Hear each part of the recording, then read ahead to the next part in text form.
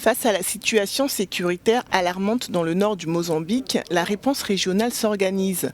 Le président zimbabwéen Emmerson Mnangagwa a reçu son homologue botswanais, le président Mokgweetsi Masisi, à Harare.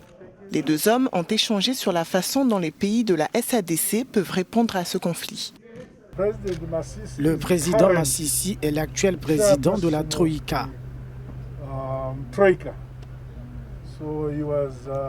Il m'a donc informé de la situation sécuritaire dans la région, en mettant particulièrement l'accent sur ce qui se passe à Cabo Delgado.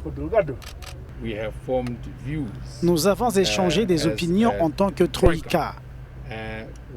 L'une d'elles aboutira à aller plus loin afin que les membres de la SADC réagissent de manière utile pour garantir l'intégrité et la souveraineté de l'un des nôtres, pour ne jamais être agressé par un dissident, force rebelle et non étatique.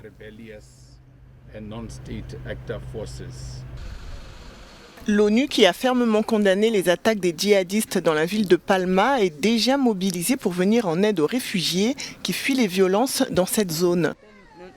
Mais les ONG humanitaires sur place craignent d'être bientôt submergées par un afflux de réfugiés.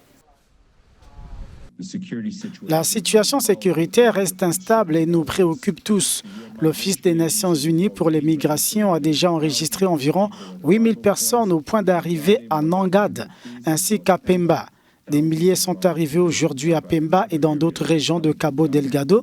Nous avons des informations selon lesquelles des centaines de personnes tentent toujours de quitter Palma en ce moment et des milliers de personnes se déplacent à pied, en bateau ou par la route. Certaines sont secourues par l'ONU et d'autres par la société civile. Dans la ville de Palma, le bilan humain reste incertain, mais le gouvernement mozambiquais parle d'une dizaine de morts. Depuis le début des attaques terroristes en 2017, le conflit a fait plus de 600 000 déplacés et 2600 morts.